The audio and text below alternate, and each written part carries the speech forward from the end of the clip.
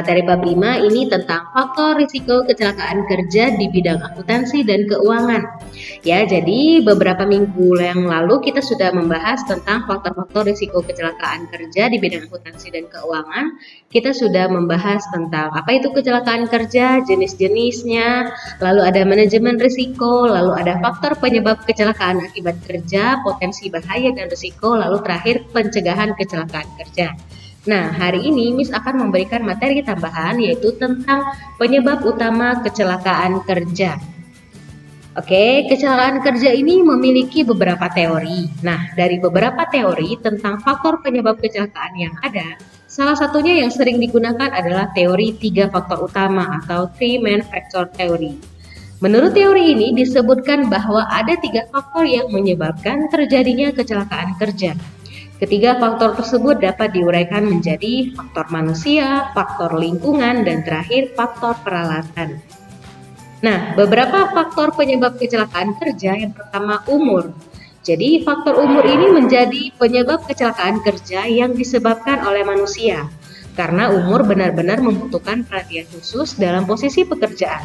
Karena umur akan mempengaruhi kondisi fisik, mental, kemampuan kerja, dan juga tanggung jawab seseorang. Undang-undang sebenarnya sudah mengatur umur pekerja melalui Undang-Undang Perburuan tanggal 6 Juni 1951 nomor 1 pasal 1 yang berisi tentang pengaturan umur pekerja wajib sudah berumur 18 tahun ke atas.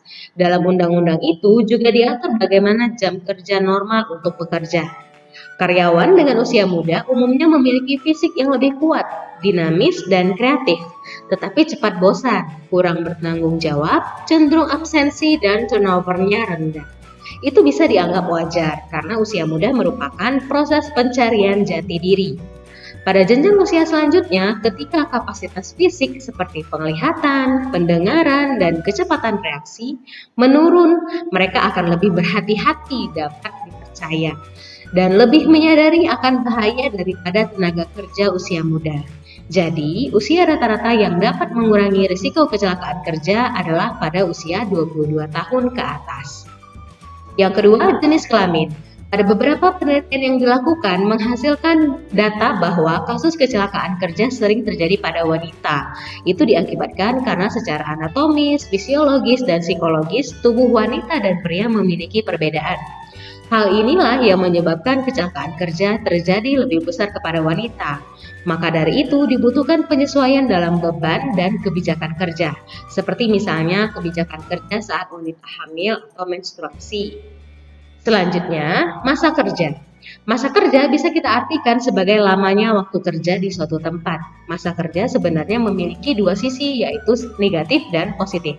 Sisi positifnya, jika pekerja mengerti benar akan kesalahan atau trial dan error yang terjadi, maka pekerja akan memiliki pengalaman yang lebih dalam menjalankan pekerjaannya. Jadi, kecelakaan kerja akan lebih besar kemungkinan dihindari. Sementara sisi negatifnya, jika pekerja tidak mengerti benar akan kesalahan atau trial and error yang terjadi dan terus mengulangi tanpa ada keinginan untuk berubah, maka pekerja tidak akan memiliki pengalaman yang lebih dalam menjalankan pekerjaannya. Hal ini akan mengakibatkan risiko kecelakaan kerja akan lebih besar terjadi. Selanjutnya, penggunaan alat pelindung diri atau APD. Faktor penggunaan alat pelindung diri atau APD menjadi penyebab kecelakaan kerja yang disebabkan oleh manusia yang akan kita bahas selanjutnya.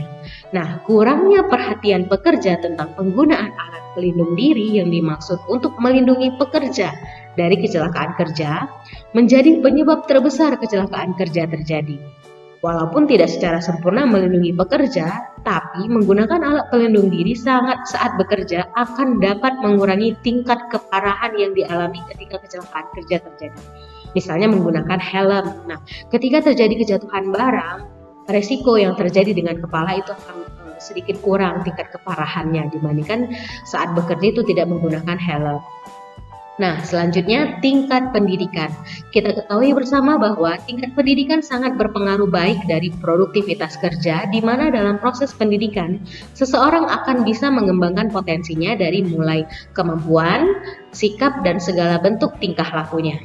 Dengan tingkat pendidikan yang tinggi, pekerja biasanya akan cenderung untuk menghindari resiko atau potensi dari bahaya yang dapat menyebabkan kecelakaan kerja. Dengan tingkat pendidikan yang tinggi, pekerja akan mengetahui bahwa banyak sekali kerugian-kerugian yang diakibatkan oleh kecelakaan kerja. Dan terakhir ada perilaku. Karena kecelakaan kerja yang sering terjadi paling banyak dilakukan oleh para pekerja yang ceroboh dibandingkan dengan mesin. Memiliki perilaku dan sikap yang baik akan membuat pekerja memiliki resiko kecelakaan kerja yang kecil daripada pekerja yang memiliki perilaku dan sikap yang buruk. Kecelakaan kerja memang memiliki sebab-sebab kecelakaan kerja dan kerugiannya. Jadi tidak mungkin terjadi tanpa adanya sebab. Oleh karena itu, untuk mengurangi akibat-akibat yang terjadi dari kecelakaan kerja, alangkah baiknya kita melakukan pencegahan agar tidak terjadi hal-hal yang kita tidak inginkan. Baik semuanya, terima kasih atas perhatiannya. Sampai jumpa untuk pertemuan berikutnya. Goodbye, cai cian, see you.